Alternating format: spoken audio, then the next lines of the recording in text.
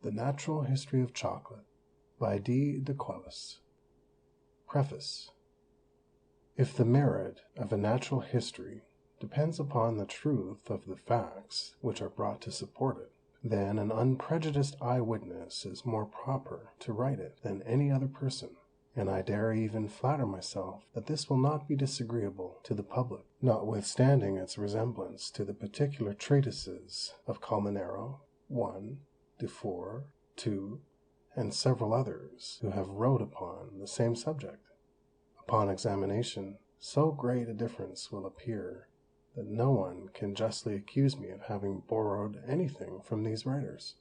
This small treatise is nothing but the substance and result of the observations that I made in the American Islands during the 15 years which I was obliged to stay there, upon the account of His Majesty's service. The great trade they drive there in chocolate excited my curiosity to examine more strictly than ordinary into its origin, culture, properties, and uses. I was not a little surprised when I every day discovered, as to the nature of the plant and the customs of the country, a great number of facts contrary to the ideas and prejudices for which the writers on this subject have given room. For this reason, I resolved to examine everything myself, and to represent nothing but as it really was in nature, to advance nothing but what I had experienced, and even to doubt of the experiments themselves, till I had repeated them with the utmost exactness. Without these precautions, there can be no great dependence on the greatest part of the facts, which are produced by those who write upon any historical matter from memorandums, which, from the nature of the subject, they cannot fully comprehend. As for my reasonings upon the nature, virtues, and uses of chocolate, perhaps they may be suspected by some people because they relate to an art which I do not profess, but let that be as it will, the facts upon which they are founded are certain, and everyone is at liberty to make what other inferences they like best. As there are several names of plants and terms of art used in those countries which I have been obliged to make use of, and which it was necessary to explain somewhat at large, that they might be rightly understood, rather than make frequent digressions and interrupt the discourse, I have thought fit to number these terms, and to explain them at the end of this treatise. The reader must therefore look forward for those remarks under their particular numbers. 1. De Chocolata India. 2. De Thé, de Café, and du Chocolat. The first part, Chapter 1. Chapter 1. The description of the cacao tree. The cacao tree is moderately tall and thick, and either thrives or not, according to the quality of the soil wherein it grows. Upon the coast of Caraqua, for instance, it grows considerably larger than in the islands belonging to the French. Its wood is porous and very light, the bark is pretty firm, and of the colour of cinnamon, more or less dark, according to the age of the tree. The leaves are about 9 inches long, and 4 in breadth, where they are broadest, for they grow less towards the 2 extremities, where they terminate in a point. Their colour is a little darkish, but more bright above than underneath. They are joined to stalks 3 inches long, and the 10th part of an inch broad. This stalk, as it enters the leaf, makes a straight rib, a little raised along the middle, which grows proportionably less the nearer it comes to the end. From each side of this rib proceed 13 or 14 crooked threads alternately. As these leaves only fall off successively, and in proportion as others grow again, this tree never appears naked. It is always flourishing, but more especially so towards the 2 solstices than in the other seasons. The blossoms, which are regular and like a rose, but very small and without smell, proceed from the places from which the old leaves fall, as it were in bunches. A large quantity of these fall off, for hardly 10 of 1,000 come to good, insomuch that the earth underneath seems covered over with them. Every blossom is joined to the tree by a slender stalk 1/2 an inch or a little more in length when it is yet in the bud. It is 1/5 of an inch broad, and about 1/4 or a little more in length. When it was least in proportion to the tree and the fruit, the more strange it appeared to me, and more worthy of attention. When the buds begin to blow, one may consider the calyx, the foliage, and the heart of the blossom. The calyx is formed of the cover of the bud, divided into 5 parts, or leaves, of a very pale flesh color. These are succeeded by the 5 true leaves of the same color, which fill up the empty spaces or partitions of the calyx. These leaves have 2 parts, the undermost of which is like an oblong cup, striped with purple on the inside. It bends towards the center by the help of a stamen, which serves to fasten it. From this proceeds outwardly the other part of the leaf, which seems to be separate from it, and is formed like the end of a pike. The heart is composed of 5 threads and 5 stamina, with the pistilla in the middle. The threads are straight and of a purple color, and placed over against the intervals of the leaves. The stamina are white, and bend outwardly with a kind of a button on the top, which insinuates itself into the middle of each leaf to sustain itself. When one looks at these small objects through a microscope, one is ready to say that the point of the threads is like silver, and that the stamina are crystal, as well as the pistilla, which nature seems to have placed in the center, either to be the premisse of the young fruit, or to serve to defend it, if it to be true that this embryo unfolds itself, and is produced in no other place but the base. For want of observing these small parts, as well as the bulk of the blossom, F. Plumier had no distinct knowledge of them, nor has he exactly designed them, any more than Mons Turnfort, who has done them after his draught. The cacao tree almost all the year bears fruit of all ages, which ripens successively, but never grow on the end of little branches, as our fruits in Europe do, but along the trunk and the chief boughs, which is not rare in these countries, where several trees do the like, such as the cocoyers, the apricots of St. Domingo, the calabashes, the pawpaws, and etc. Such an unusual appearance would seem strange in the eyes of Europeans, who had never seen anything of that kind. But if one examines the matter a little, the philosophical reason of this disposition is very obvious. One may easily apprehend that if nature had placed such bulky fruit at the ends of the branches, their great weight must necessarily break them, and the fruit would fall before it came to maturity. The fruit of the cacao tree is contained in a husk or shell, which from an exceeding small beginning attains, in the space of 4 months, to the bigness and shape of a cucumber. The lower end is sharp and furrowed lengthways like a lemon. This shell in the first months is either red or white, or a mixture of red and yellow. This variety of colors makes 3 sorts of cacao trees, which have nothing else to distinguish them but this which I do not think sufficient to make in reality 3 different kinds of cacao nuts. The first is of a dark vinous red, chiefly on the sides, which becomes more bright and pale as the fruit ripens. The second, which is the white, or rather is at first of so pale a green, that it may be mistaken for white, by little and little it assumes a citron color, which still growing deeper and deeper, at length becomes entirely yellow. The third, which is red and yellow mixed together, unites the properties of the other 2, for as they grow ripe, the red becomes pale, and the yellow grows more deep.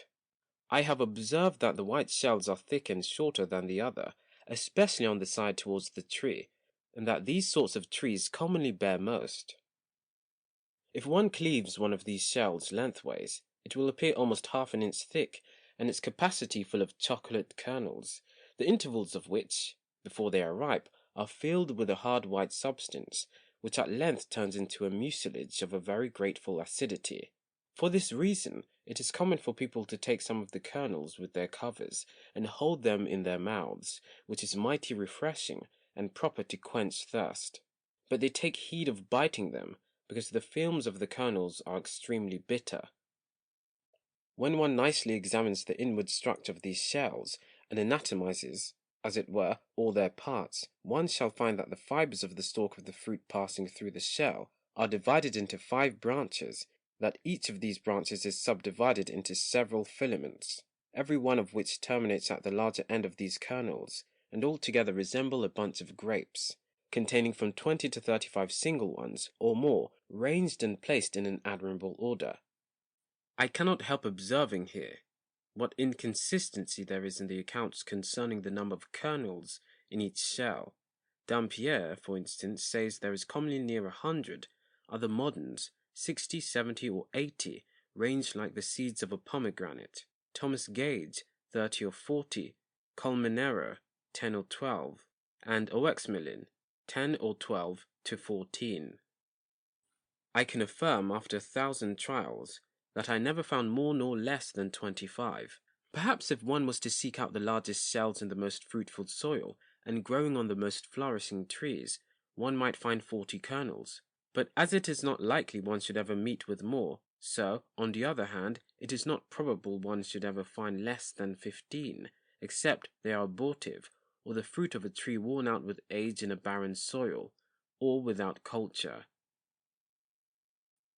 When one takes off the film that covers one of the kernels, the substance of it appears, which is tender, smooth, and inclining to a violet color, and is seemingly divided into several lobes, though in reality they are but two, but very irregular, and difficult to be disengaged from each other, which we shall explain more clearly in speaking of its vegetation.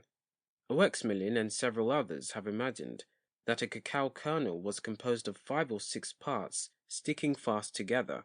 Father Plumier himself fell into this error, and has led others into it.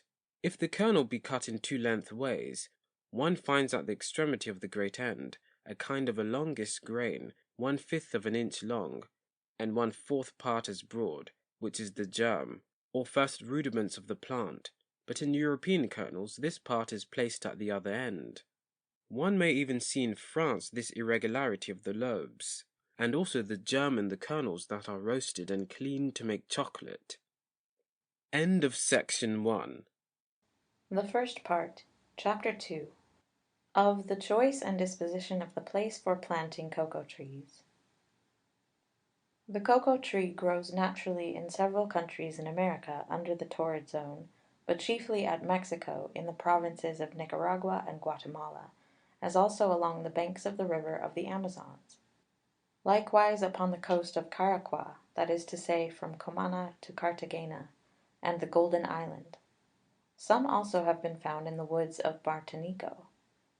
The Spaniards and Portuguese were the first to whom the Indians communicated the use of cocoa nuts, which they kept a long time to themselves without acquainting other nations with it, who in reality know so little of it at this day, that some Dutch corsairs, ignorant of the value of some prizes they had taken, out of contempt cast the merchandise into the sea, calling it in derision, in very indifferent Spanish, Caruca de Carnero, the dung of beasts.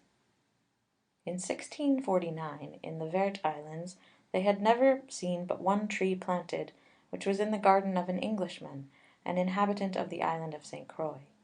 In 1655 the Caribbeans shewed to M. de Parapet a cocoa tree in the woods of the island of Martinico, whereof he was governor. This discovery was the foundation of several others of the same kind, in the woods of the Cape Sterre of this island; and it is probable that the kernels which were taken out of them were the original of those cocoa trees that have been planted there since. A Jew named Benjamin planted the first about the year 1660, but it was not till 20 or 25 years after that the inhabitants of Martinico applied themselves to the cultivation of cocoa trees, and to raise nurseries of them. When one would raise a nursery, it is necessary above all things to choose a proper place, in respect of situation, and a soil agreeable to the nature of it. The place should be level, moist, and not exposed to winds; a fresh, and, if one may be allowed the expression, a virgin soil, indifferently fat, light, and deep. For this reason, ground newly cleared, whose soil is black and sandy, which is kept moist by a river, and its borders so high as to shelter it from the winds, especially toward the sea coast, is preferable to any other, and they never fail putting it to this use, when they are so happy as to find any of this sort. I have said, ground newly cleared, that is to say, whose wood is cut down purposely for it; for it is necessary to observe that they at present plant their nurseries in the middle of woods, which have been so time out of mind, and this for 2 weighty reasons. The first, because the wood that is left standing round it may serve as a shelter; and the second because there is less trouble in weeding or grubbing it. The ground that has never produced any weeds will send forth but few for want of seed. As for nurseries planted in high ground, the earth is neither moist nor deep enough, and commonly the chief root, which grows directly downwards, cannot pierce the hard earth, which it soon meets with. Besides, the winds are more boisterous, and cause the blossoms to fall off as soon as blown, and when a little high, overturn the tree, whose roots are almost all superficial. This is yet worse on the hills, whose descent is too steep, for besides the same inconveniencies, the falling down of the earth draws with it the good soil, and insensibly lays the roots bare. One may therefore conclude that all these nurseries are a long time before they bear, that they are never fruitful, and that they are destroyed in a little time. It is also proper that a nursery, as much as may be, should be surrounded with standing wood, but if it is open on any side, it should be remedied as soon as possible by a border of several ranks of trees called bananes. Besides this, the nursery should be moderate in respect of magnitude, for the small have not air enough, and are, as it were, stifled, and the very large are too liable to dryness, and to the great winds, which in America they call uragans. The place of the nursery being chosen, and the bigness determined, they apply themselves to clear it of the wood. They begin with plucking up the little plants, and by cutting the shrubs, and small kinds of trees, and felling the trunks and larger branches of others. They then make piles, and set them on fire in all parts, and so burn down the largest trees of all, to save themselves the trouble of cutting them. When all is burnt, and there remains nothing upon the earth but the trunks of the great trees which they don't trouble themselves to consume, and when the space is well cleaned, they make alleys by the help of a line, straight and at equal distances from each other, and thrust sticks into the ground of 2 or 3 foot long, and 5, 6, 7, 8, 9, or 10 feet distant, or at such a distance that they design to plant the cocoa trees, which they represent. Afterward they plant manioc in the empty spaces, taking care not to come too near the sticks. One may observe that the nurseries planted at the great distances of 8 or 10 feet are a great deal more troublesome to keep clean in the first years, as we shall observe hereafter. But then they prosper a great deal better, and bear more, and last longer. The inhabitants, who have a great deal to do, and have but few slaves, plant the trees nearer, because by this means they gain room, and they have less trouble to keep it clear. When afterwards the trees come to hurt and annoy each other by their proximity, and they have had some crops to supply their present necessities, or if otherwise they are obliged to cut some to give air to the rest. On the coast of Caraqua they plant the cocoa trees at 12 or 15 feet distance, and they make trenches to water them from time to time in the dry seasons. They happily experienced the success of this practice at Martinico some years since.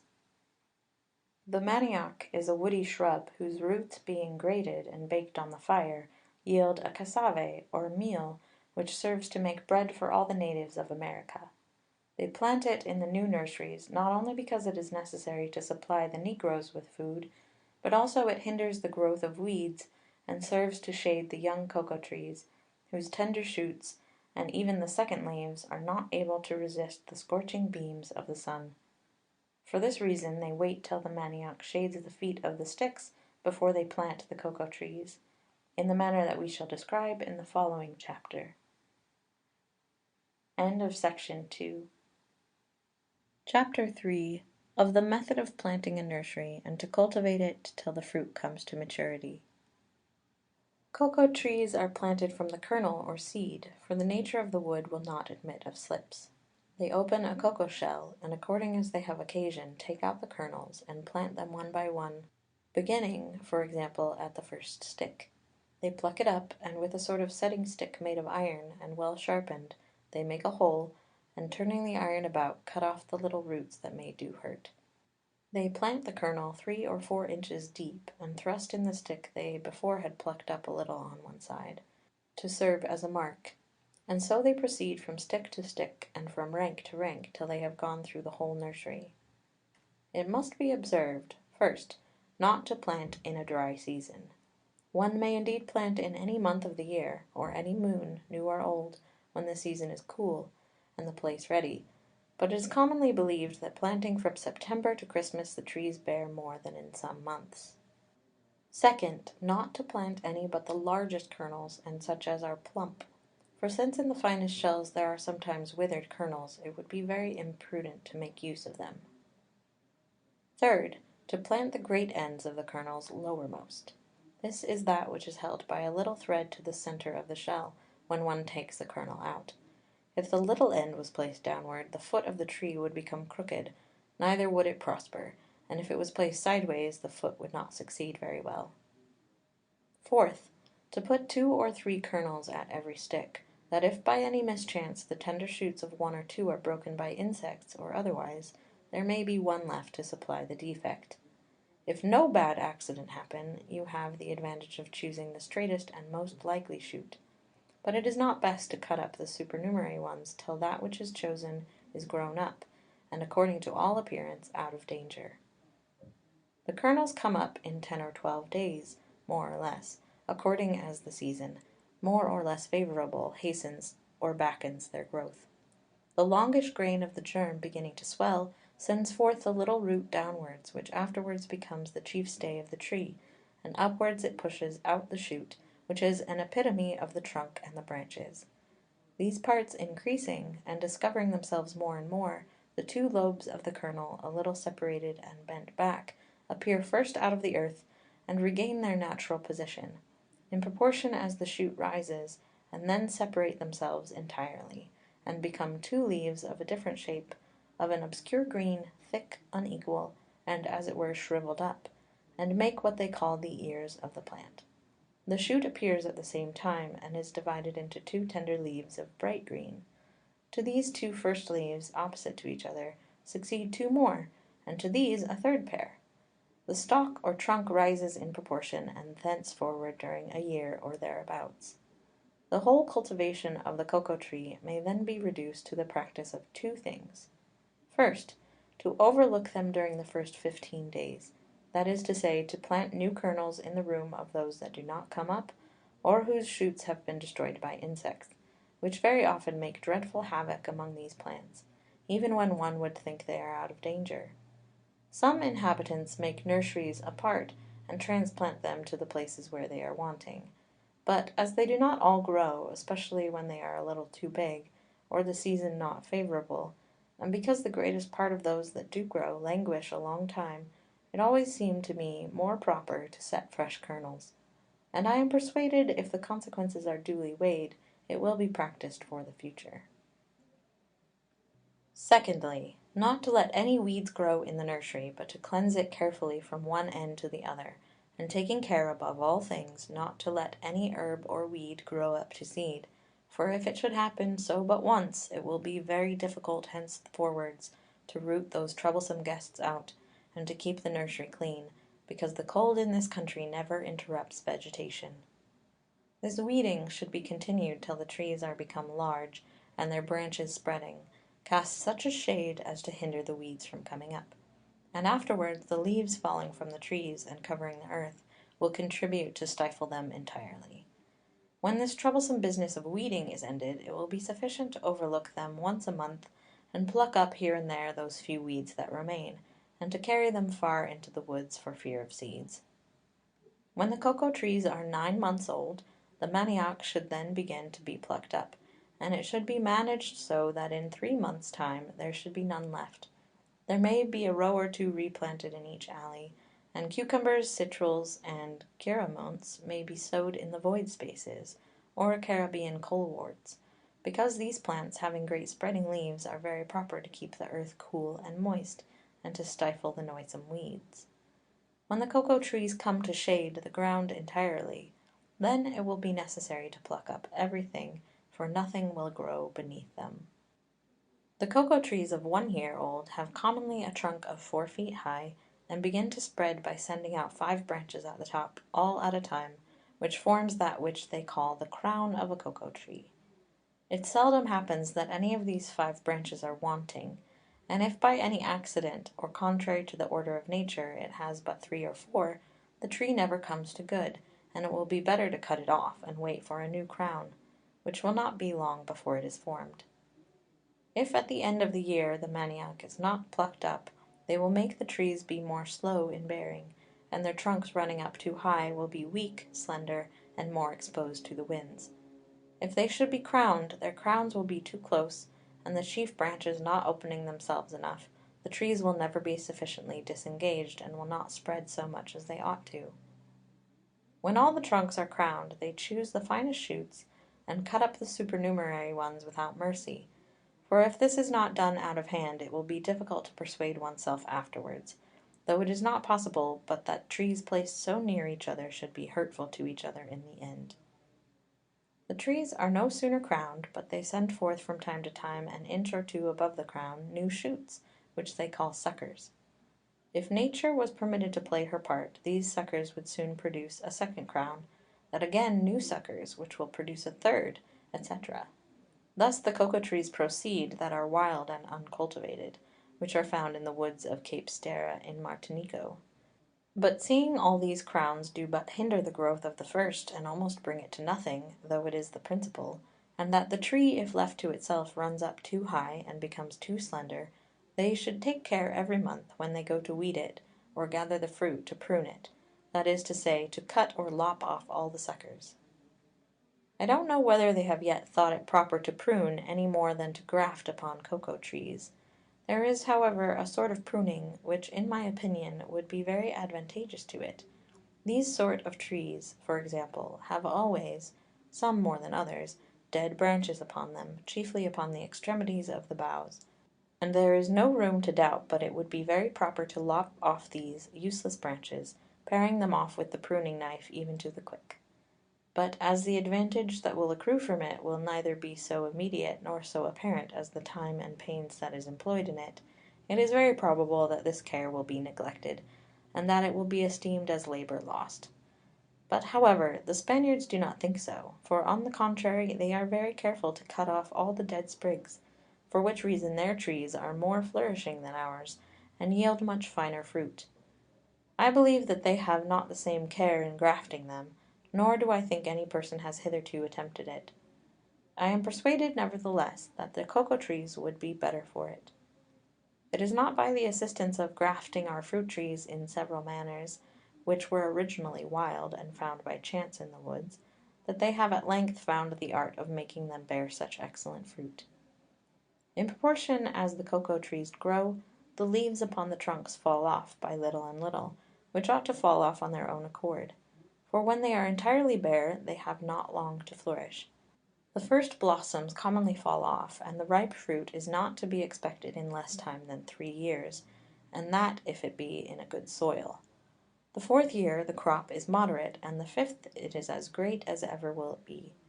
For then the trees commonly bear all the year about, and have blossoms and fruit of all ages. Some months indeed there is almost none, and others they are loaded, and toward the solstices, that is, in June and December, they bear the most. As in the tempests called orangans, the wind blows from all points of the compass in 24 hours, it will be well if it does not break in at the weakest place of the nursery, and do a great deal of mischief, which it is necessary to remedy with all possible expedition. If the wind has only overturned the trees without breaking the chief root, then the best method that can be taken in good soil is to raise them up again and put them in their places, propping them up with a fork, and putting in the earth about it very carefully. By this means they will be re-established in less than 6 months, and they will bear again as if no harm had come to them. In bad soil it will be better to let them lie, putting the earth about their roots, and cultivate at their lower parts, or feet, the best grown sucker, and that which is nearest the roots, cutting off carefully all the rest. The tree in this condition will not give over blossoming and bearing fruit, and when in 2 years' time the sucker is become a new tree, the old tree must be cut off half a foot distant from the sucker. The first part, Chapter 4, of the gathering of the cacao nuts, and of the manner of making the kernels sweat, and of drying them that they may be transported into Europe. The observations which we made in the first chapter concerning the alterations of the colour of the nuts give us information of the time that they become ripe. It will be proper to gather them when all the shell has changed color, and when there is but a small spot below which shall remain green. They go from tree to tree and from row to row, and with forked sticks or poles they cause the ripe nuts to fall down, taking great care not to touch those that are not so, as well as the blossoms. They employ the most handy negroes in this work, and others follow them with baskets to gather them, and lay them in heaps, where they remain 4 days without being touched. In the months that they bear most, they gather them for a fortnight together. In the less fruitful seasons, they only gather them from month to month. If the kernels were left in shells more than 4 days, they would split, or begin to grow, and be quite spoiled. Footnote Y. It is therefore necessary to shell them on the 5th day, in the morning at the farthest. To do this, they strike on the middle of the shells with a bit of wood to cleave them, and then pull them open with their fingers, and take out the kernels, which they put in baskets, casting the empty shells upon the ground, that they may with the leaves, being putrefied, serve to fatten the earth, and supply the place of dung. They afterwards carry all the kernels into a house, and lay them on a heap upon a kind of loose floor covered with leaves of balize, footnote 7, which are about 4 feet long and 20 inches broad. Then they surround it with planks covered with the same leaves, making a kind of granary, which may contain the whole pile of kernels when spread abroad. They cover the whole with the like leaves, and lay some planks over all. The kernels thus laid on a heap, and covered close on all sides, do not fail to grow warm, by the fermentation of their insensible particles. And this is what they call sweating in those parts. They uncover the kernels morning and evening, and send the negroes among them, who with their feet and hands turn them topsy-turvy, and then cover them up as before, with the same leaves and the same planks. They continue to do this for 5 days, at the end of which they have commonly sweat enough, which is discovered by their colour, which grows a great deal deeper and very ruddy. The more the kernels sweat, the more they lose their weight and bitterness, but if they have not sweat enough, they are more bitter, and smell sour, and sometimes split. To succeed well, therefore, there should be a certain medium observed, which is only to be learned by use. When the kernels have sweat enough, they lay them out to air, and expose them to the sun to dry them, in the manner following. They prepare beforehand several benches about 2 foot high, in an even court appointed for that purpose.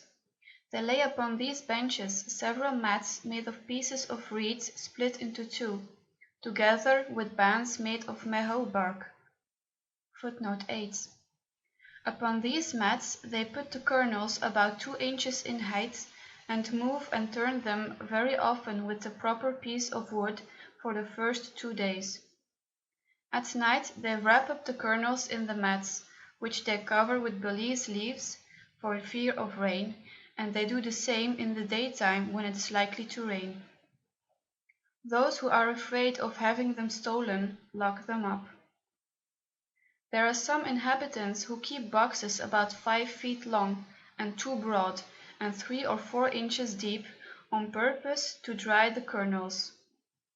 There is this advantage in them, that in the greatest rains and suddenest showers, they may presently be piled one on the top of another, so that none but the topmost will want a cover, which is soon done with the aforesaid leaves, and an empty box turned upside down. But that which makes the usage of mats preferable is, that the air may pass through beneath, between the partition of the reeds, and so the kernels dry better. Boxes whose bottoms are made like a sieve, with strong brass wire, would be very excellent, but then they must be made in Europe, which would be a considerable charge. When the kernels have sweat enough, They must be exposed upon the mats as much as necessary. If rain is foreseen that is likely to last, it will be best to let them sweat half a day less.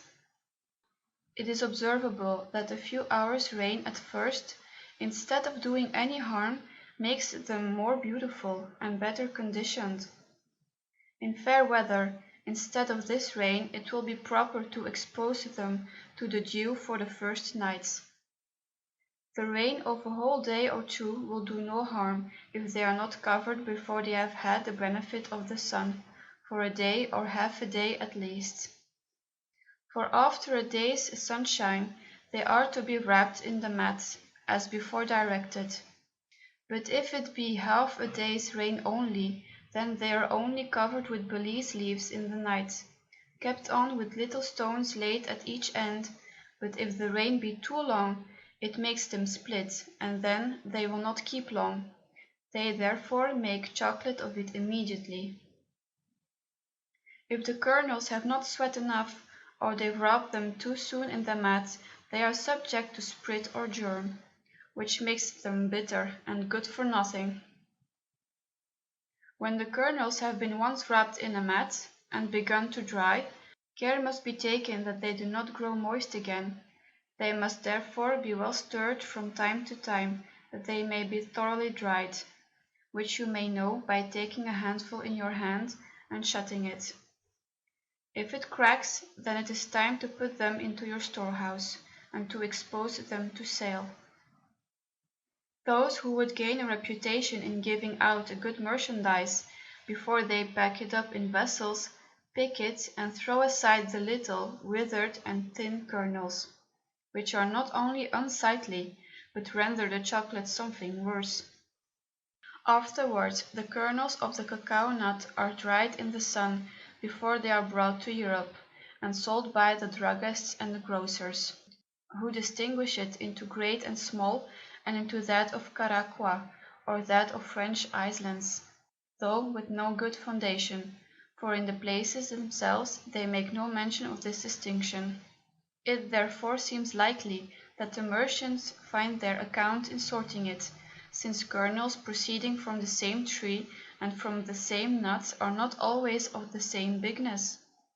It is indeed true that if one parcel of kernels be compared with another, the one may consist of bigger than the other, which may arise from the age or vigour of the trees, or from the nature of the soil. But certainly there is no kind of kernels which may be called great, as a distinct kind, nor consequently no other which can properly be said to be small. The kernels that come to us from the coast of Caraqua are more oily and less bitter than those that come from the French islands, and in France and Spain they prefer them to these latter. But in Germany and in the north, fides sit penis autorem, they have a quite opposite taste. Several people mix that of Caraqua with that of the islands, half and half, and pretend by this mixture to make the chocolate better. I believe in the bottom. The difference of chocolates is not considerable, since they are only obliged to increase or diminish the proportion of sugar, according as the bitterness of the kernels require it.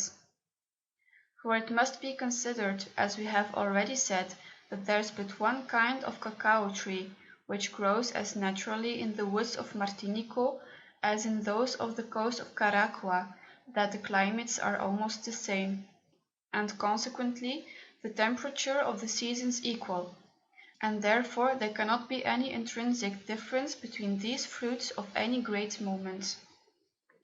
As to the outward difference that is observed, it can arise from nothing but the richness of the soil, or the contrary, from the different culture, and from the care or negligence of the labourers and those that prepare it, from the time of its gathering to the time of its delivery, and perhaps all three together.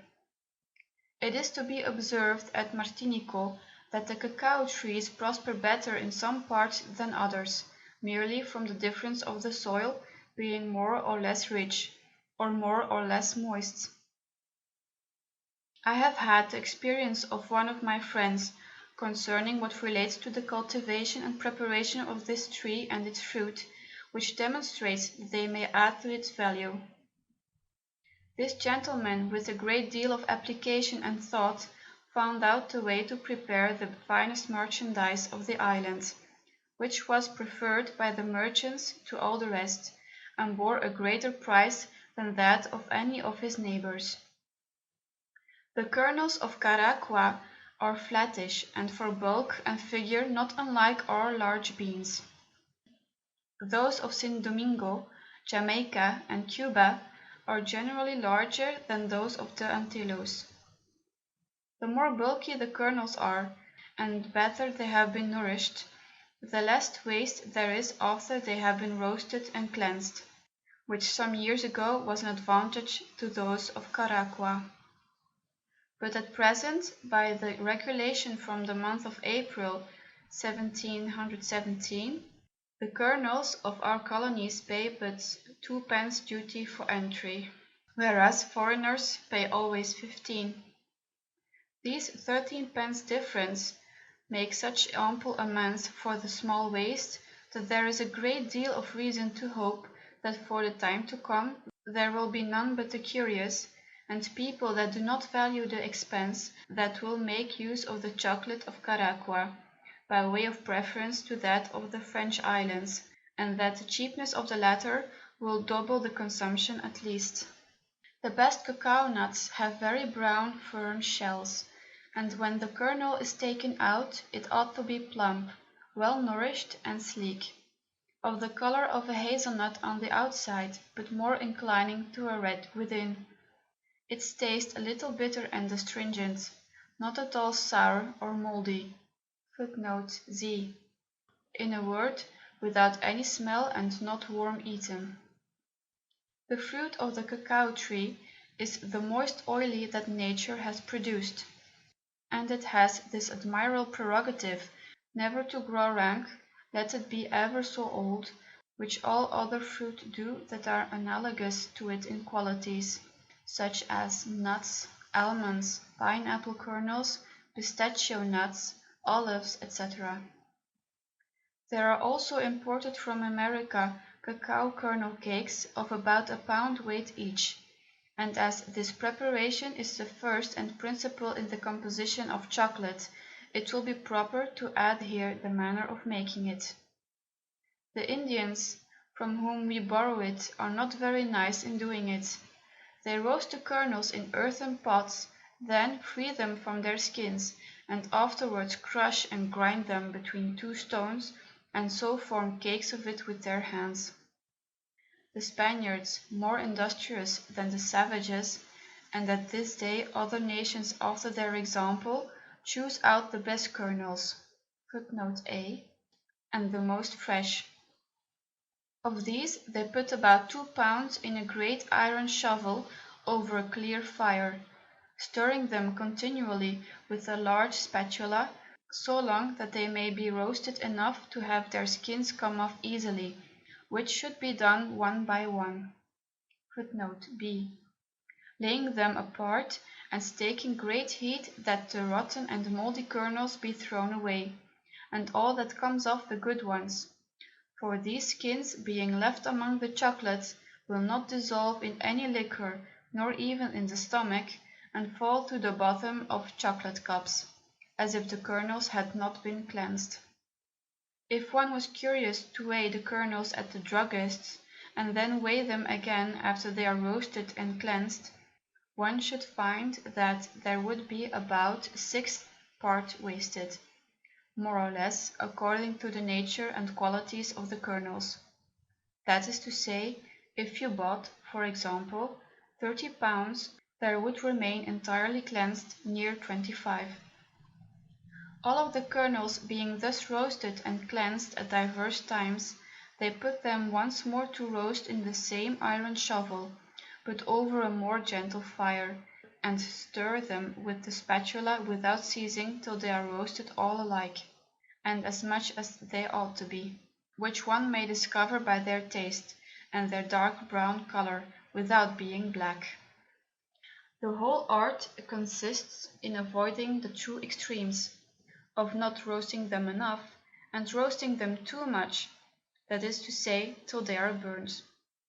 If they are not roasted enough, they retain a disagreeable harshness of taste, and if they are roasted so much as to burn them, besides the bitterness and ill taste that they contract, they lose their oiliness entirely, and the best part of their good qualities.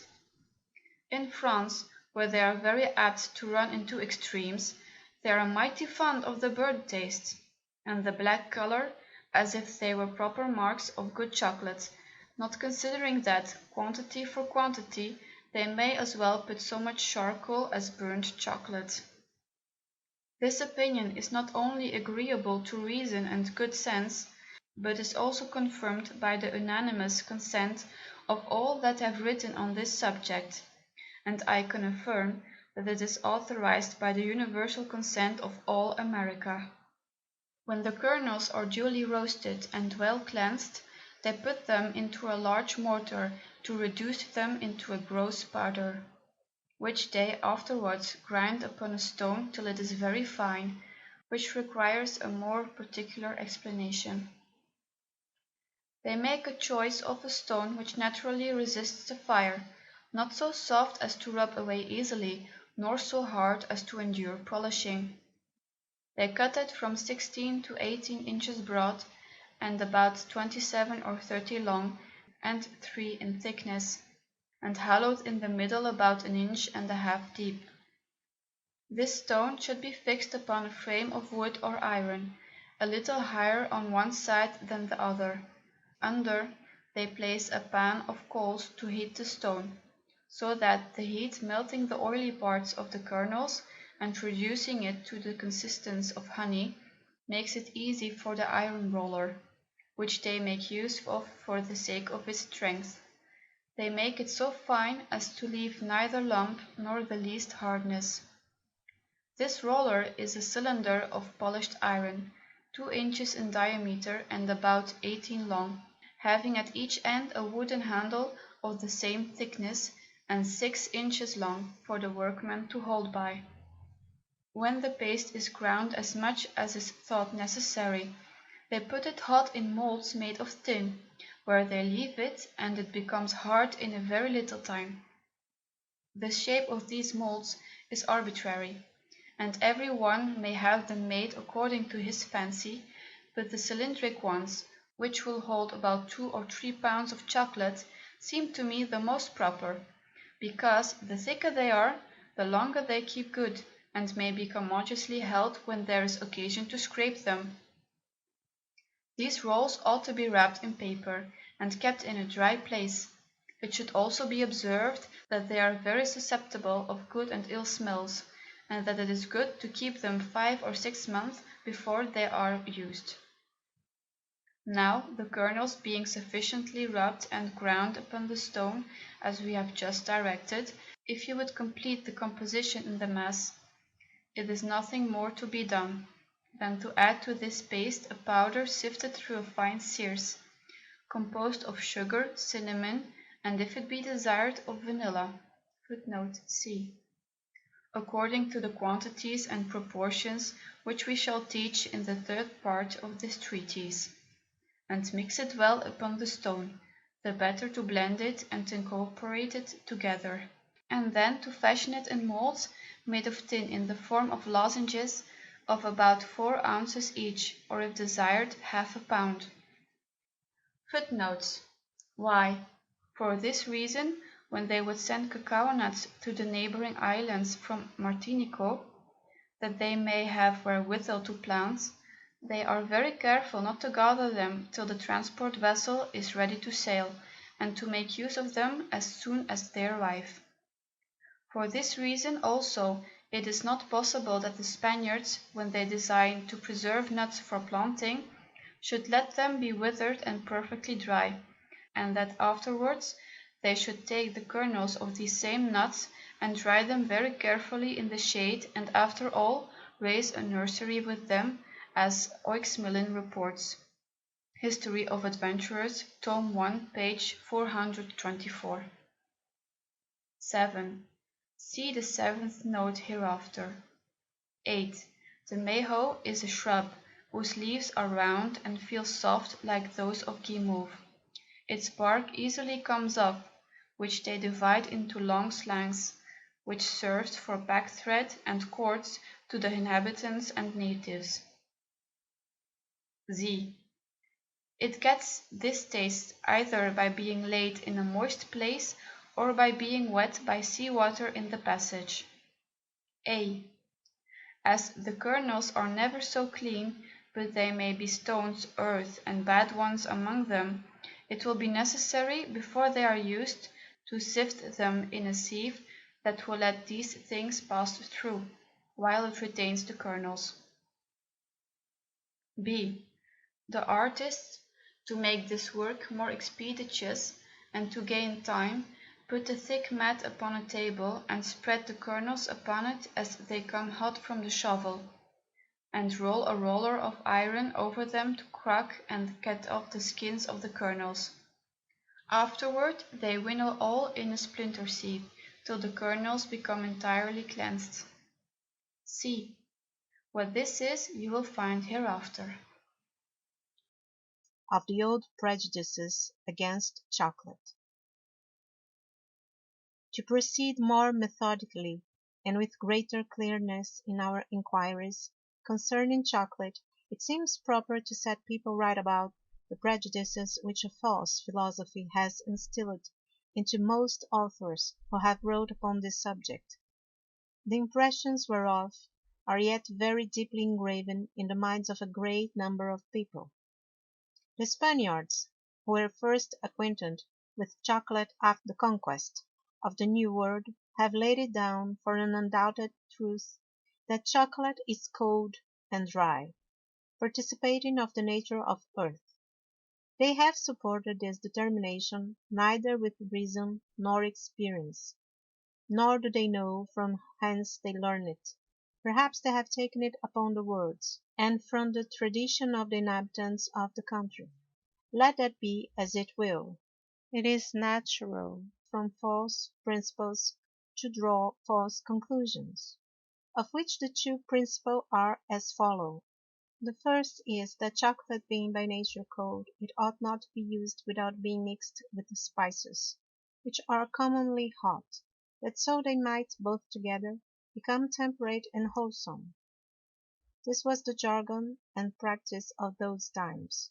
For the same reason the ancient physicians, erroneously imagining that opium was cold in the fourth degree, never failed to correct this pretended coldness in their narcotic compositions with drugs extremely hot, as euphorbium, pellitory, pepper, etc.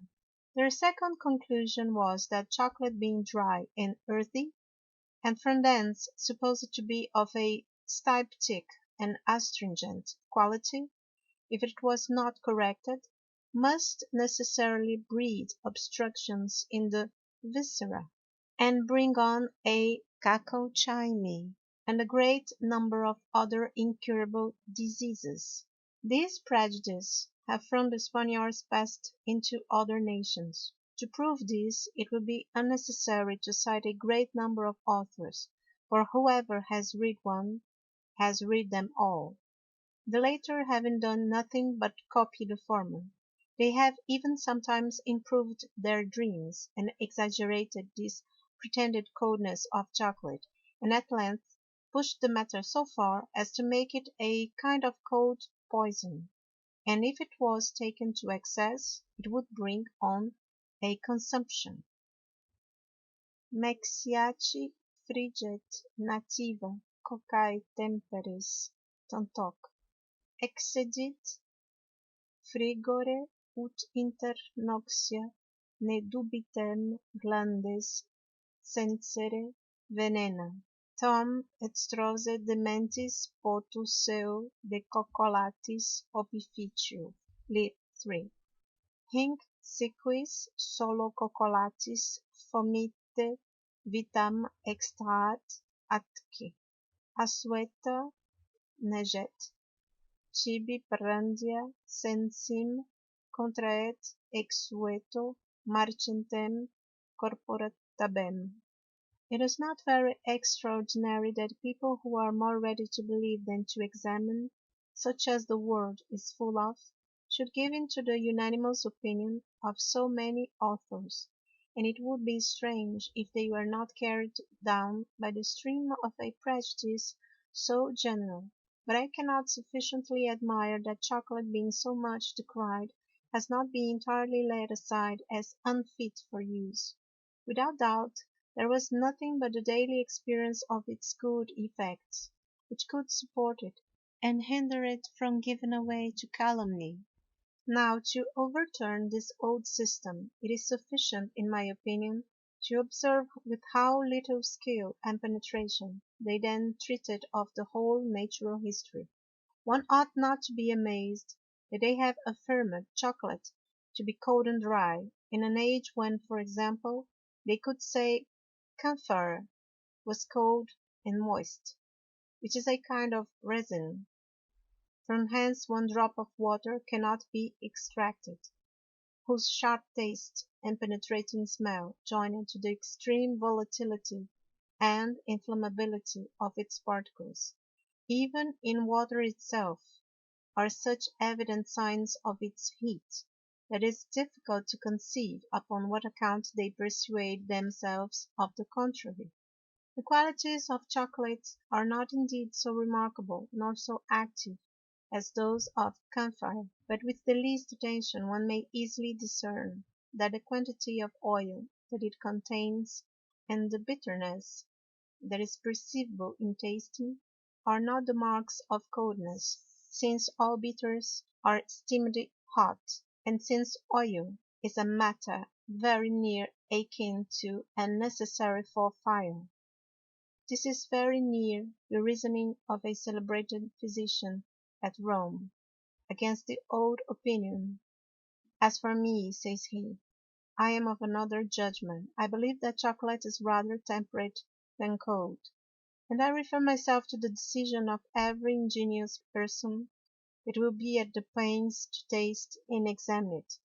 These reflections will be further confirmed in the first section of the following chapter, where we shall experimentally demonstrate that chocolate is a substance very temperate, yielding soft and wholesome nourishment, incapable of doing any harm.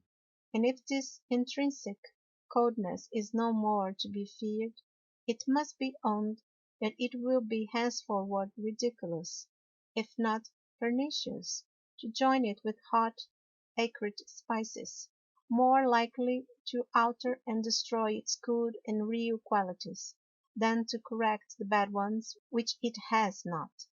I nevertheless do not doubt but the pleasantness of the smell, and the favourite taste of several agreeable spices, being pretty much liked in this mixture, will have their partisans, who, more delighted with a present gratification than afraid of the insensible prejudice that these ingredients bring to their health, will not resolve to leave them off.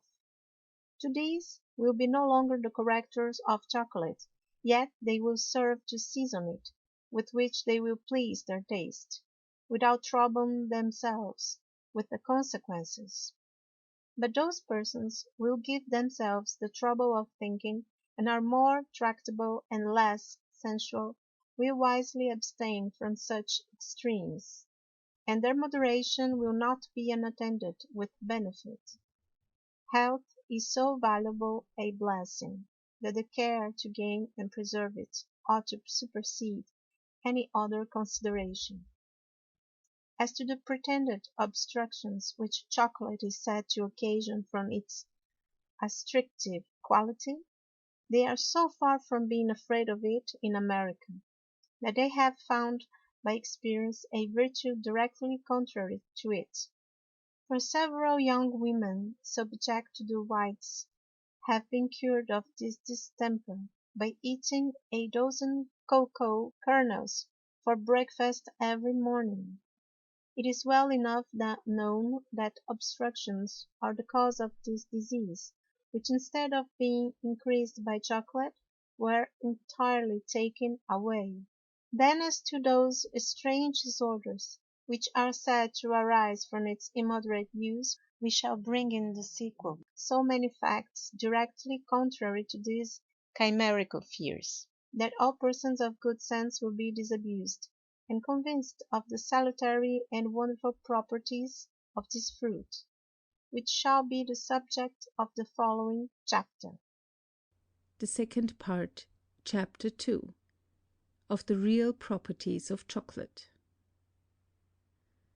Without talking in the dialect of the peripatetics about the qualities of heat and coldness, nowadays so much decried, it will not be difficult to prove that chocolate is a substance, 1. Very temperate, 2. Very nourishing and of easy digestion, 3. Very proper to repair the exhausted spirits and decayed strength, 4. Lastly, very suitable to preserve the health and prolong the lives of old men. These 4 articles shall be sufficiently demonstrated in the 4 following sections. Section 1. Chocolate is very temperate. Nothing is so great an argument that wheat, rice, millet, and manioc are salutary and temperate, as their being used by whole nations together. If any of these substances had any predominant evil quality, it would soon appear to the prejudice of the health of numbers. The people who subsist upon it would soon leave it off as a very dangerous and hurtful aliment. One may reason much after the same manner with respect to chocolate. The natives of New Spain and of a great part of the torrid zone of America have always used it as a delicacy, and at this day all the European colonies which are established in those countries make a consumption of vast quantities of it. These people use it at all times and in all seasons as constant daily food, without regard to age, sex, temperament, or condition, without complaint of having received the least prejudice from it. They find, on the contrary, that it quenches thirst, is very refreshing and feeding, that it procures easy quiet sleep, and produces several other good effects, to say nothing of those we are going to treat of in the following sections. I could produce several instances in favor of this excellent nourishment, but I shall content myself with 2 only, equally certain and decisive in the proof of its goodness. The first is an experiment of chocolate's being taken for the only nourishment, made by a surgeon's wife of Martinico. She had lost by a very deplorable accident her lower jaw, which reduced her to such a condition that she did not know how to subsist. She was not capable of taking anything solid, and not rich enough to live upon jellies and nourishing broths. In this strait she determined to take 3 dishes of chocolate, prepared after the manner of the country, 1 in the morning, 1 at noon, and 1 at night. There chocolate is nothing else but cacao kernels dissolved in hot water, with sugar, and seasoned with a bit of cinnamon. This new way of life succeeded so well that she has lived a long while since, more lively and robust than before this accident. I had the second relation from a gentleman of Martinico, and one of my friends, not capable of a falsity. He assured me that in his neighborhood an infant of 4 months old unfortunately lost his nurse, and its parents not being able to put it to another, resolved through necessity to feed it with chocolate. The success was very happy, for the infant came on to a miracle, and was neither less healthy nor less vigorous than those who are brought up by the best nurses. The inferences that may be drawn from these 2 histories are evident, and demonstratively prove that chocolate has neither any intemperate nor hurtful quality. I shall therefore say no more upon them, leaving every one to make his own proper reflections. Section 2. Chocolate is very nourishing and of easy digestion. This proposition is a necessary consequence of the foregoing, established by facts which I have just related, and we have experiments as convincing of its easy digestion and the goodness of the cycle that it makes. but it needs no other proof than the good condition it puts those in who ordinarily make use of it. A learned Englishman has carried his commendations so high concerning this particular property of chocolate that he has not scrupled to affirm in a dissertation that he has published upon this subject, that 1 ounce of chocolate contains as much nourishment as a pound of beef. As much out of the way as this assertion seems to be, one may easily conceive that any element is capable of yielding more plentiful nourishment if compared with any other, not only in respect to the quantity, but also with relation to the time that the stomach takes to digest it. Physicians are not agreed about the causes of digestion, but are divided into 2 opinions, each of which is supported by the writings of very eminent authors. Convinced of my own inability to decide the controversy, which also requires a large field to expatiate in, I shall not undertake to defend either fermentation or trituration, but it will be sufficient to say in 2 words that these opinions are not absolutely incompatible. It perhaps will not be difficult to make a sort of an alliance or agreement between them, by uniting whatever is plain and evident in the 2 systems, and rejecting what is otherwise, and from hence form a third, which will be nothing but the union of the uncontested parts of the other 2. These 2 causes undoubtedly concur in the alteration that the aliment undergoes in the mouth, for the saliva that mixes with it in mastication and dilutes it cannot be denied to be an admirable ferment, and the tongue which moves it, and the teeth which grind it and break it, must be owned to be the first instruments of trituration. Now, since nature is commonly uniform in her operations, and since there is a great deal of reason to suppose that nature completes digestion by the same means that she has begun it, let us suppose it is really so for a moment, and apply it to the present subject, and then we shall see by what evidence chocolate ought to be of an easy digestion. In the first place, bitter and alkaline substances, such as these kernels, are stomachic and analogous to the saliva and the ferment which dissolves the aliment in the stomach. How then can it be of hard digestion with these qualities? In the second place, if one considers attentively the kernels as they are roasted, broke, and ground extremely fine upon a stone, afterwards melted and dissolved in boiling liquor, which serves as a vehicle for it, it then seems very likely that the stomach will not have much labor left to do. In short, by it digestion is more than half finished. Experience confirms these reasonings very much, for the digestion of chocolate is soon brought about without trouble, without difficulty, and without any sensible rising of the pulse. The stomach, very far from making use of its strength, acquires new force. And I can farther say, upon my own knowledge, that I have seen several persons who had but weak digestion, if not quite spoiled, who have been entirely recovered by the frequent use of chocolate. Section 3. Chocolate speedily repairs the dissipated spirits and decayed strength. If chocolate did not produce this effect, but only as it is very nourishing, it would but have this property in common with the most juicy aliments, and such as are most proper to furnish a good quantity of blood and plenty of spirits. But its effects are more speedy, for if a person, for example, fatigued with long and hard labor, or with a violent agitation of mind, takes a good dish of chocolate, he shall perceive almost instantly that his faintness shall cease and his strength shall be recovered when digestion is hardly begun. This truth is confirmed by experience, though not so easily explained by reasoning, because chocolate sensibly appears to be soft, heavy, and very little disposed by any active quality to put the spirits in motion.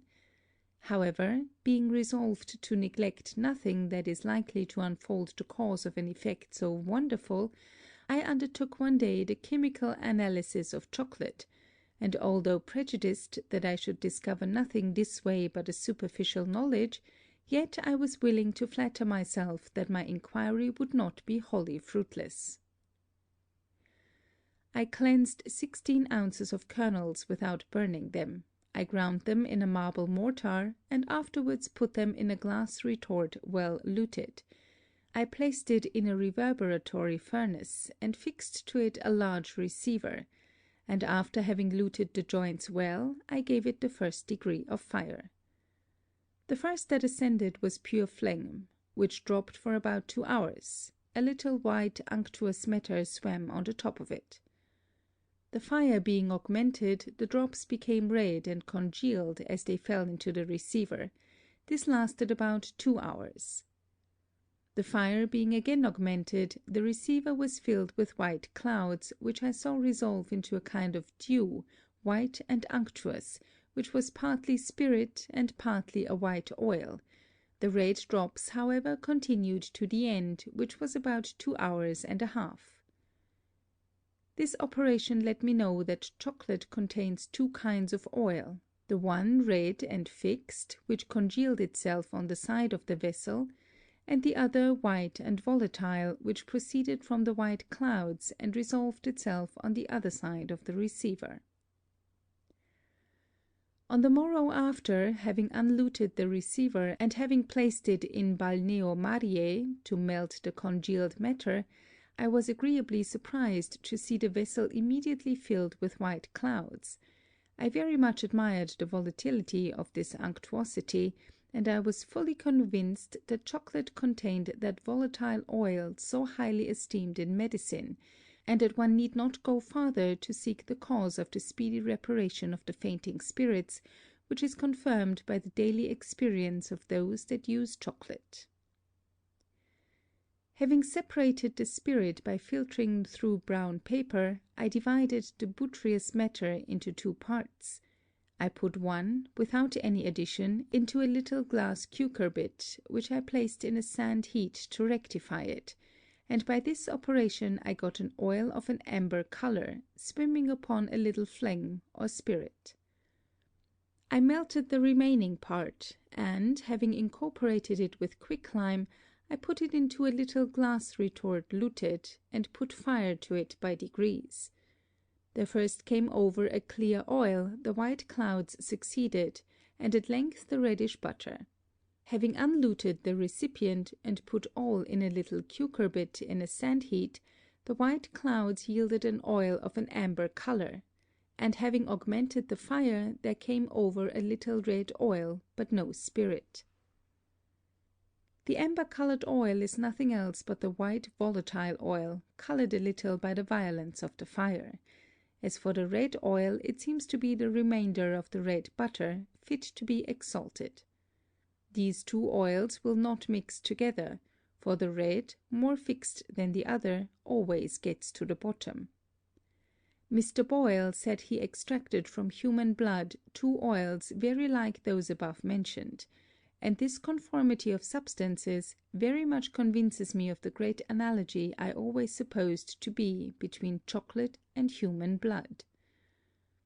As for the spirit, it has nothing very disagreeable either in taste or smell. It does not sensibly ferment with alkalis, nor alters the color of blue paper. After some time it grows a little acid, and tastes a little tartish. Having calcined the caput mortuum, which is of a violet color, and filtered and evaporated the lixivium, as is usual, I got nothing from it but a kind of cinder, a little saltish, and in so small a quantity that I did not give myself the trouble to reiterate the calcination, dissolution, filtration, and evaporation, for I should hardly have got 5 or 6 grains of fixed purified salt. I curiously observed that neither in the heads nor in the receivers there did appear any signs of a volatile salt. However, M. Lemery assures us that it contains a good deal, but it is plain he took his opinion upon trust, for had he made the experiment, he is too ingenious to be mistaken. One may then conclude from these 2 observations that chocolate is a mixed body, that has the least quantity of salt enters its composition. Section 4. Chocolate is very proper to preserve health and to prolong the life of old men. Before chocolate was known in Europe, good old wine was called the milk of old men, but this title is now applied with greater reason to chocolate, since its use has become so common that it has been perceived that chocolate is, with respect to them, what milk is to infants. In reality, if one examines the nature of chocolate a little with respect to the constitution of aged persons, it seems as though the one was made on purpose to remedy the defects of the other, and that it is truly the panacea of old age.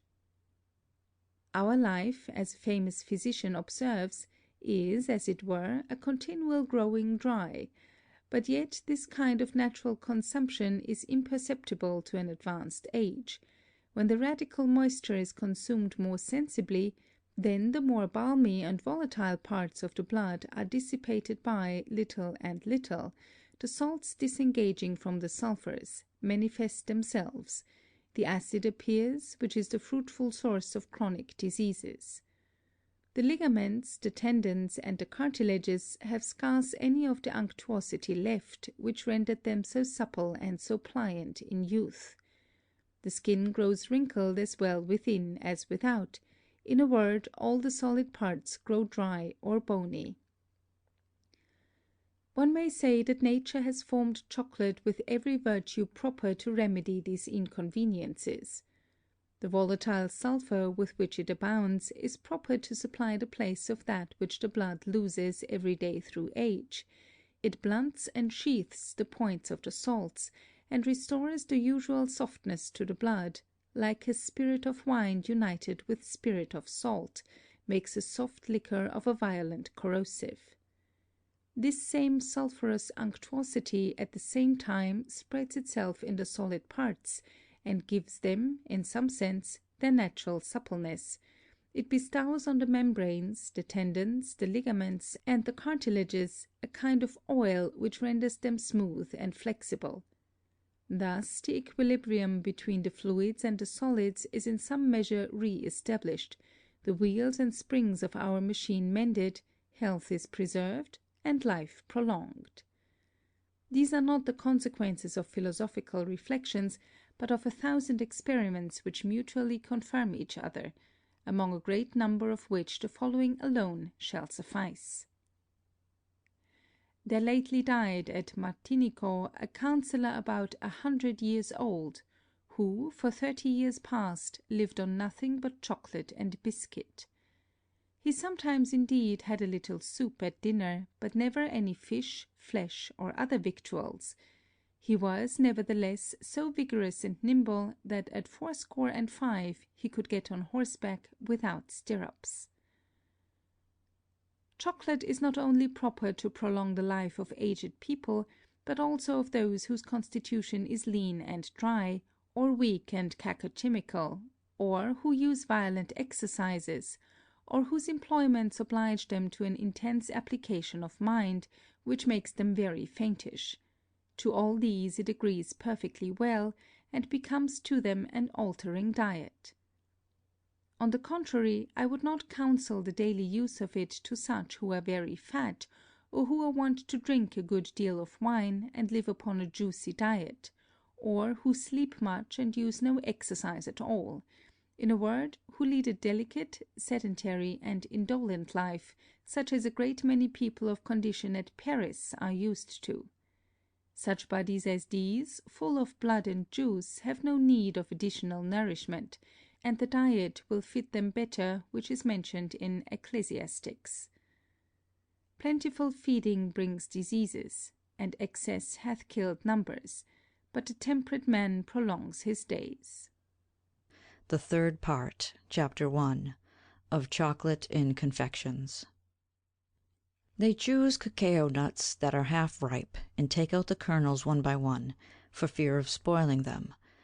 Then they lay them to soak for some days in spring water, which they take care to change morning and evening. Afterwards, having taken them out and wiped them, they lard them with little bits of citron bark and cinnamon, almost as they make the nuts of rouen. In the meantime they prepare a syrup of the finest sugar, but very clear, that is to say, wherein there is but little sugar, and after it has been clarified and purified, they take it boiling hot off the fire and put in the cacao kernels, and let them lie 24 hours. They repeat this operation 6 or 7 times, increasing every time the quantity of sugar, without putting it on the fire or doing anything else to it. Last of all they boil another syrup to the consistence of sugar, and pour it on the kernels well wiped and put in a clean earthen pot, and when the syrup is almost cold they mix it with some drops of the essence of amber. When they would have these in a dry form, they take them out of the syrup, and after it is well drained from them they put them into a basin full of a very strong clarified syrup. Then they immediately put it in a stove or hothouse, where they candy it. This confection, which nearly resembles the nuts of rouen, is excellent to strengthen the stomach without heating it too much. For this reason they may safely be given to those who are ill of a fever. The third part, Chapter 2. Of Chocolate so properly called. In treating of this liquor, we have two things to examine. The first is, the original of chocolate, and the different manner of preparing it. The second, the medicinal uses that it is proper for, which shall be the subject of the two following sections. Section 1. Of the original of chocolate, and the different manners of preparing it. Chocolate is originally an American drink, which the Spaniards found very much in use at Mexico when they conquered it about the year 1520. The Indians, who have used this drink time out of mind, prepared it without any great art. They roasted their kernels in earthen pots, then ground them between two stones, diluted them with hot water, and seasoned them with pimento. Those who were more curious added achiota to give it a color, and atoya to augment its substance. All these things joined together to give the composition so strange a look and so odd a taste, that a Spanish soldier said it was more fit to be thrown to hogs than presented to men, and that he could never have accustomed himself to it, if the want of wine had not forced him to it, that he might not always be obliged to drink nothing but water. The Spaniards, taught by the Mexicans, and convinced by their own experience that this drink, as rustic as it appeared to them, nevertheless yielded a wholesome nourishment, tried to make it more agreeable by the addition of sugar, some oriental spices, and things that grew there, which it will be needless to mention, because the names of them are not so much as known here, and because of so many ingredients there is none continued down to us but vanilla. In like manner that cinnamon is the only spice which has had general approbation, and remains in the composition of chocolate. Vanilla is a cod of a brown color and delicate smell. It is flatter and longer than our French beans. It contains a luscious substance, full of little black shining grains. They must be chosen fresh, full, and well grown, and care must be taken that they are not smeared with balsam, nor put in a moist place. The agreeable smell and exquisite taste that they communicate to chocolate have prodigiously recommended it, but long experience have taught that it heats very much, its use is become less frequent, and those who prefer their health more than pleasing their senses, abstain from it entirely. In Spain and Italy, chocolate prepared without vanilla is called at present chocolate of health, and in the French islands of America, where vanilla is neither scarce nor dear as in Europe, they do not use it at all, though they consume as much chocolate there as in any other place in the world. However, a great many people are prejudiced in favour of vanilla, and that I may pay a due deference to their judgments, I shall employ vanilla in the composition of chocolate, in the best method and quantity, as it appears to me. I say, as it appears to me, because there are an infinite variety of tastes, and every one expects that we should have regard to his, and one person is for adding what the other rejects. Besides, when it is agreed upon what things to put in, it is not possible to hit upon proportions that will be universally approved. It will therefore be sufficient for me to make choice of such things as the majority are agreed upon, and consequently which are agreeable to the tastes of most. When the chocolate paste is made pretty fine upon a stone, as I have already explained, they add sugar powdered and passed through a fine searce. The true proportion is the same weight of sugar as of kernels, but it is common to put a quarter part less of the former, that it may not dry the paste too much, nor make it too susceptible of impressions from the air, and more subject to be eaten by worms. But this fourth part is again supplied, when it is made into a liquor to drink. The sugar being well mixed with the paste, they add a very fine powder made of vanilla and cinnamon, powdered and searced together. They mix all over again upon the stone very well, and then put it in tin molds, of what form you please, where it grows as hard as before. Those that love perfumes pour a little essence of amber on it before they put it in the molds. When the chocolate is made without vanilla, the proportion of cinnamon is 2 drachms to a pound of paste, but when vanilla is used, it should be less by 1/2. As for the vanilla, the proportion is arbitrary, 1, 2, or 3 cods, and sometimes more, to a pound, according to every one's fancy. Those that make chocolate for sale, that they may be thought to have put in a good deal of vanilla, put in pepper, ginger, etc. There are even some people so accustomed to these tastes that they will not have it otherwise; but these spices serving only to inflame the blood, and heat the body, prudent people take care to avoid this excess, and will not use any chocolate whose composition they are ignorant of. Chocolate made after this manner has this advantage, that when a person is obliged to go from home, and cannot stay to have it made into drink, he may eat an ounce of it, and drinking after it, leave the stomach to dissolve it. In the Antilles they make cakes of the kernels only, without any addition, as I have taught at the end of the first part of this treatise; and when they would make chocolate of them, they proceed in the following manner. The method of making chocolate after the manner of the French islands in America. They scrape off with a knife from these cakes aforesaid what quantity they please, for instance, 4 large spoonfuls, which weigh about an ounce, and mix it with 2 or 3 pinches of powdered cinnamon finely searced, and about 2 large spoonfuls of sugar in powder. They put this mixture into a chocolate pot with a new laid egg, both white and yolk, then mix all well together with the mill, and bring it to the consistence of liquid honey, upon which they afterwards pour boiling liquor, milk or water as is liked best, at the same time using the mill that they may be well incorporated together. Afterwards they put the chocolate pot on the fire, or in a kettle of boiling water, and when the chocolate rises they take it off, and having well milled it, they pour it into the dishes. To make the taste more exquisite, one may, before it is poured out, add a spoonful of orange flower water, wherein a drop or 2 of essence of amber has been put. This manner of making chocolate has several advantages above any other, and which render it preferable to them all.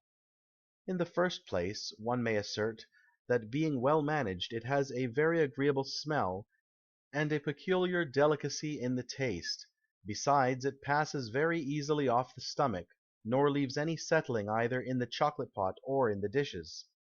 In the second place, one has the satisfaction to prepare it one's self to one's own taste, to increase or diminish at pleasure the quantities of sugar or cinnamon, and to add or leave out the orange flower water, or essence of amber, and, in a word, to make any other alteration that shall be most agreeable.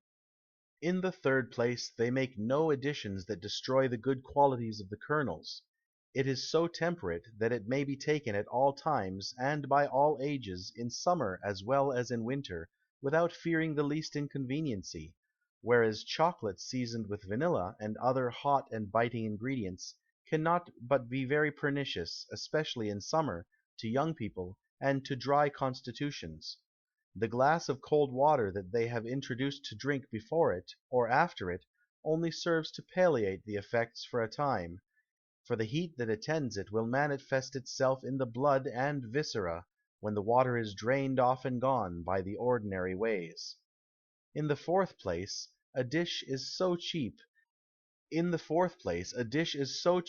as not to come to above a penny. If tradesmen and artisans were once aware of it, there are few who would not take the advantage of so easy a method of breakfasting so agreeably, at so small a charge, and to be well supported till dinner time without taking any other sustenance, solid or liquid. Section 2. Of the uses that may be made of chocolate with relation to medicine. I have always imagined it would be a very great advantage to physic if medicines could be administered to sick people under an agreeable form, and a familiar taste, and the artifice itself of giving anything under the appearance and name of something that is delicate, is not without its benefit. People afflicted with distempers have enough to do to support their pains, without the inconveniency of distasteful remedies. However, it would be no small matter to spare them the aversion they have to every thing that is called a medicine, and when there is a necessity for such, chocolate may serve for very proper diet, and an excellent vehicle wherein to take a medicine at the same time. These have been my thoughts for some time, and I can affirm that a happy success has often confirmed my opinion. I could wish that this essay, imperfect as it is, might serve to waken the attention of some ingenious physician, who would give himself the trouble to handle this matter with great accuracy than my small penetration will permit me to do. 1. How many people neglect to purge themselves, and are so obstinate as to refuse to do it, when they have the greatest need of it, and this because of the great distaste they have for ordinary medicines? Will it not be of the greatest service to teach them to purge themselves after a delightful method, and even, if it was necessary, to purge them without their knowledge? To do this, you need only mix 20 or 26 grains of jalap in powder, more or less according to the age and strength of the person, with so much powder of cinnamon as is common for a dish of chocolate, and to give this dish as if it were ordinary chocolate. I have had great experience of this. It is a good purge without griping. Several have mistaken the effect for the benefit of nature only, being entirely ignorant of the officious deceit which I made use of for their sakes. What advantages may not there be drawn from this method of purging applied to children, who are so backward to take anything that has the least ill taste? 2. The preparations of the Cortex, both gallential and chemical, have not succeeded. Its infusion in wine, heretofore so much cried up, contains but a part of the virtue, for the feces, or the bark that remains at the bottom of the bottle, has strength enough to cure the intermitting fever. Thus, after 1,000 fruitless trials, it is now given again in substance, reduced to a very fine powder, which is either made into boluses, or taken in water. This practice, however, is attended with several inconveniences, for a great many people, especially children, cannot swallow it in boluses. The same inconveniences follow the other way of taking it in water, and is neither less troublesome nor less nauseous. To avoid all this, a dram of the Cortex reduced to a fine powder, and finely searsed, and afterwards ground dry on a porphyra, with the cinnamon designed for a dish of chocolate, and mixed in the chocolate with more sugar than ordinary, may be taken without the least reluctancy, and, if necessary, without being perceived. The person will be nourished at the same time much better than with broth, which is easily corrupted by a feverish stomach. Neither will the particles of the Cortex offend the stomach, being wrapped up by the unctuosity of the chocolate. I have cured intermittent fevers after this manner, nor did it ever fail of good success. 3. The most elaborate preparations of steel are not one jot the better upon that account. The simple filings have more virtue than was ever extorted from this metal by any preparation. There is nevertheless an inconveniency in the use of them, because all the particles of the steel uniting together by their weight at the bottom of the stomach, form a kind of a cake, which fatigues it, and makes it very uneasy. To remedy this, after the filings have been ground into a very fine powder upon a porphyra, you must mix it with the cinnamon, and when you make your chocolate, and it is certain that the particles of the steel will be so divided and separated by the agitation of the mill, and so entangled in the chocolate that there will be no danger of a future separation. Besides, the aromatic particles of the cinnamon and the alkaline ones of the chocolate will not a little add to the strength and operation of this remedy. 4. After this manner may you mix with the chocolate the powders of millipedes, vipers, earthworms, the livers and galls of eels, to take away the distasteful ideas that the sick entertain against these remedies. 5.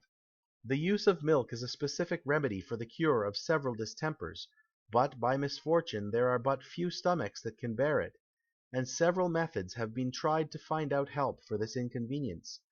Without troubling myself to mention or examine them, will it not be an easy and natural method, to hinder the milk from curdling on the stomach, to pour a hot dish of chocolate upon a pint or quart of milk?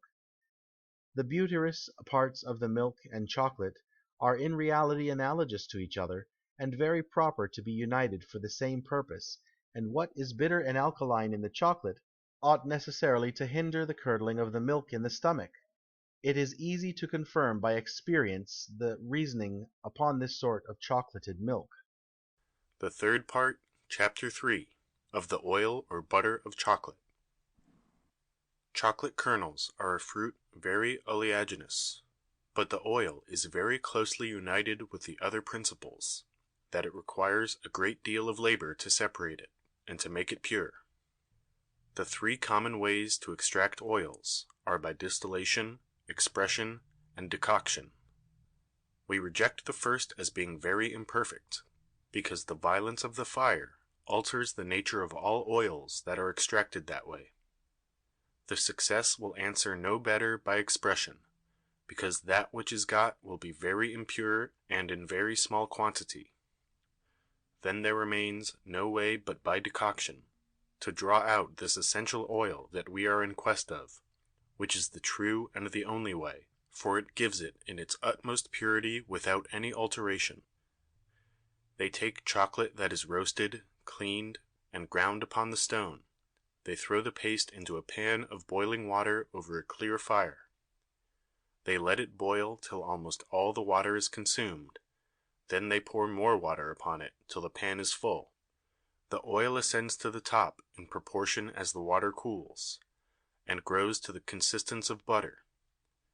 If this oil is not very white, it needs only be melted in a pan full of hot water, where it will be disengaged and purified from the red and terrestrial particles that remain. At Martinico, this oil is of the consistence of butter, but brought into France, it becomes almost as hard as fromage or French cheese, which melts nevertheless, and becomes liquid with a moderate heat. It has no very sensible smell, and has the good fortune never to grow rank. I have some of it now by me, that has been made this 15 years. One year, when oil of olives failed us, we used that of chocolate during the time of Lent. It is very well tasted, and very far from being hurtful. It contains the most essential and most healthful parts of the chocolate. I had the curiosity to examine it by a chemical analysis. I put 3 ounces into a little glass cucurbit placed in the heat of ashes. There dropped from it an oily liquor, which congealed as it fell down, and which did not differ from the butter that I have described, but by a light impression made upon it by the fire. I only observed that there was at the bottom of the receiver 2 or 3 drops of a clear liquor, which tasted a little acid, but very agreeable. As this oil is very anodyne, or an eraser of pain, it is excellent, taken inwardly, to cure hoarseness, and to blunt the sharpness of the salts that irritate the lungs. In using, it must be melted and mixed with a sufficient quantity of sugar candy, and made into lozenges, which must be held in the mouth as long as may be, before they melt quite away, swallowing it down gently. Oil of chocolate also taken seasonably may be a wonderful antidote against corrosive poisons. Its virtues are no ways inferior, if used outwardly. 1. It is the best and most natural pomatum for ladies to clear and plump the skin when it is dry, rough, or shriveled, without making it appear either fat or shining. The Spanish women at Mexico use it very much, and it is highly esteemed by them. If it is thought too hard, it may be softened with oil of ben, or oil of sweet almonds, cold drawn. 2. I am persuaded if the ancient custom of the Greeks and Romans, of anointing their bodies with oil, was revived, there is nothing would answer their expectations better, in augmenting the strength and suppleness of their muscles, and preserving them from rheumatisms and other torturing pains. The leaving of this practice can be attributed to nothing else but to the ill smell and other properties that attended it. But if oil of chocolate was used instead of oil of olives, those inconveniences would be avoided, because it has no smell, and dries entirely into the skin. Nothing certainly would be more advantageous, especially for aged persons, than to renew this custom, which has been authorized by the experience of antiquity. 3. Apothecaries ought to make use of this preferably to all others, as the basis of their apoplectic balsams, because all other oils grow rancid, and the oil of nutmegs, though whitened with spirit of wine, always retains somewhat of its natural smell, whereas oil of chocolate is not subject to any of these accidents. 4. There is nothing so proper as this to keep arms from rusting, because it contains less water than any other oil made use of for that purpose. 5. In the American islands they make use of this oil to cure the piles. Some use it without mixture. Others melt 2 or 3 pounds of lead, and gathering the dross, reduce it into fine powder, and after it is finely searsed, incorporate it with this oil, and make a liniment of it, very efficacious for this disease. Others for the same intention mix with this oil the powder of millipedes, sugar of lead, pompholix, and a little laudanum. Others use this oil to ease gout pains, applying it hot to the part, with a compress dipped in it, which they cover with a hot napkin. It may be used after the same manner for the rheumatism. 6. Lastly, this oil enters the composition of the wonderful plaster, and the pomatum against tetters. You will find their description and properties among the remarks at the end of this treatise. Remarks upon some places of the treatise upon chocolate.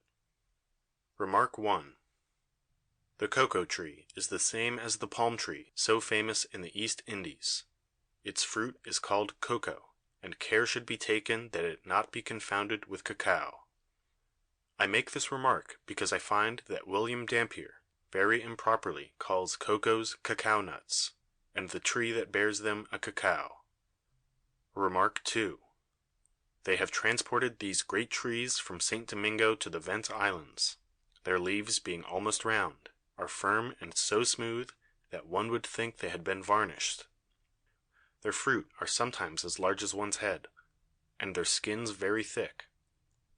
When that is taken off, the pulp is very near the color, smell, and taste of our apricots. In the middle there are 4 stones as big as pullets' eggs, which are difficult to separate from the fruit. They are eaten with wine and sugar. They make also very good marmalade. Remark 3. The calabash tree is nigh as large as the apple tree. It supplies the natives and negroes with buckets, pots, bottles, dishes, plates, and several other household utensils.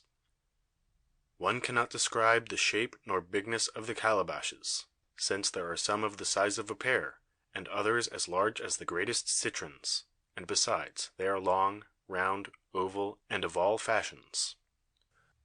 The fruit, which is green and smooth upon the tree, becomes gray as it dries. Within, it is full of a white pulp, of no use at all, which they take out through a hole. The shells they put to several services. The bark is about 1/5 of an inch thick, but very hard and difficult to break. Remark 4. The papaw tree is pretty uncommon as to its make. Its trunk is straight, but hollow, and of so tender a wood that it is easily cut down with a hedging bill. It is about 4 yards high, without any branches, its leaves much like those of our fig trees, but twice as big, and are joined to the top by stalks of 1.5 feet long, and hollow like a reed. They being about 30 in number, grow at the top of the trunk all round about it. The lowest are ripest and largest. They are green, and of the bigness of one's fist. The pulp, which is but half an inch thick, is like that of a melon, but of a sweet faintish taste, but it makes a pretty good confection, of a fine green color. There is another kind of papaw tree, whose fruit is as large as a melon, and better tasted than the former. Remark 5. The banana is a sort of plant, whose root is a great round bulb, from whence proceeds a trunk, green and smooth, 6 feet high, as thick as one's thigh, and without any leaf. On the top of it grow about 20 leaves, about 1.5 feet broad, and about 5 feet long, but so tender that the wind tears them from the middle to the sides, into slangs like ribbons. From the center of these leaves grows a second trunk, more firm than the rest of the plant. Upon this grows a cluster of about 40 or 50 bananas, sometimes more, sometimes less. A banana is a fruit as thick as one's arm, about 1 foot long and a little crooked. They gather this cluster green and hang it up in the ceiling, and as the bananas grow yellow or mellow, they gather them. When this cluster is taken away, the plant withers, or they cut it down at the root, but for one trunk lost, the root sends forth 5 or 6 more. Besides these bananas, there is a fruit called banana figs, but the plants that produce them are very little different. The figs are much less than the bananas, being but 4 or 5 inches long. The fig is more delicious, but the banana is thought to be more wholesome, and the pulp more solid. They roast them upon a gridiron, or bake them in an oven. They eat them with sugar and the juice of an orange. The banana, done in a stewpan in its own juice, with sugar and a little cinnamon, is excellent. Remark 6. Manioc is a shrub very crooked and full of knots. Its wood is tender and brittle, and the branches are easily broke off into slips. There are several in different colors, some more forward and fruitful than others. Commonly they are plucked up in a year or thereabouts, and there is found at every one several plump roots, without any sensible fibers, more or less thick, according to the kind and the goodness of the soil. These roots are washed in a good deal of water, to free them from the earth, and after they are scraped with a knife like wild turnips, they grate them, that is to say, they rub them hard with great copper graters, which the French call grages, just as they do quinces to get out the juice. This grated manioc is put in the press in sacks made of coarse hemp or rushes, to get out the superfluous moisture, which is not only unwholesome, but poisonous. This thus pressed, they take from the sacks, and pass it through a coarse sieve called hibichet. They afterwards bake it 2 several ways, to make what they call cassave, or meal of manioc. In the first place, when they would make the cassave, they spread the sifted manioc upon a plate of iron over a clear fire, which they, tapping down with the ball of their hands, make a broad cake about half an inch thick, and 2 feet in diameter, and when it is baked on one side, they turn it on the other, and if they would keep it any time, they dry it in the sun. In the second place, when they would make what they call the meal, they put the manioc, grated, pressed, and sifted, as before, upon a great copper plate 4 feet in diameter, with a brim 5 or 6 inches high, and placed upon a brick furnace. They stir it continually with a wooden spatula, that it may not stick and be baked all alike. This meal resembles bread grossly crumbled, and may be kept a long while in a dry place. The natives do not trouble themselves to make the meal. They only eat cassave, which they bake every day, because, when it is hot, it is more agreeable and palatable. If they leave the expressed juice of manioc to settle, it lets fall a facula to the bottom, called musash, which they afterwards dry in the sun.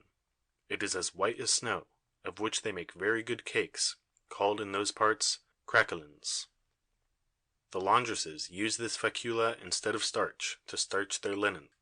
Some inhabitants mix 1/3 of this with 2/3 of French meal, and make bread that is very white and well tasted.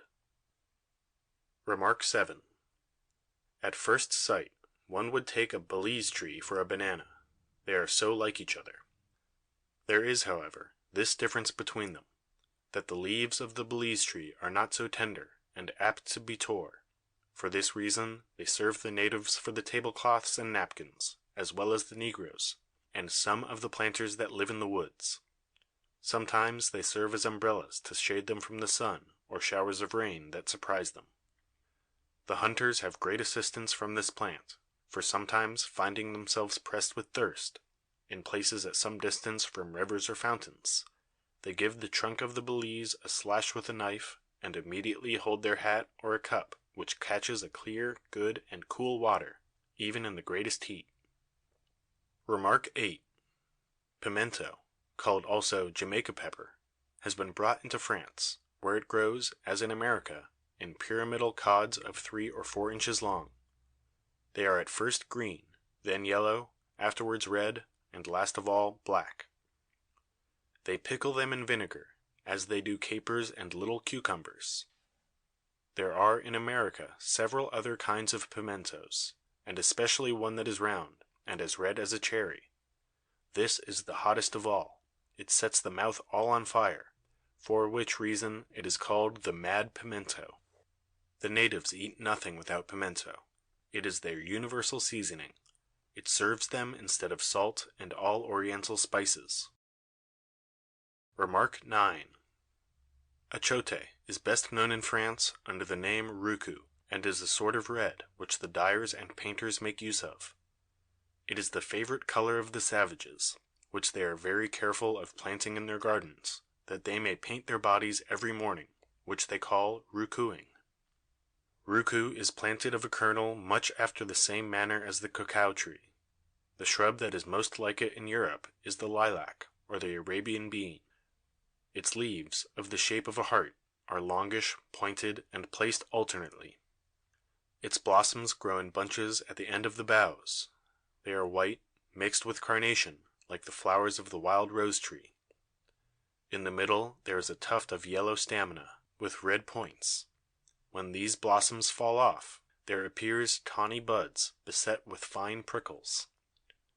These buds grow to be shells, which, when ripe, open on the other side, and discover within 2 rows of pippins, almost like little peas, covered with vermilion, which sticks to the fingers when touched, and leaves the pippins quite, when washed with warm water.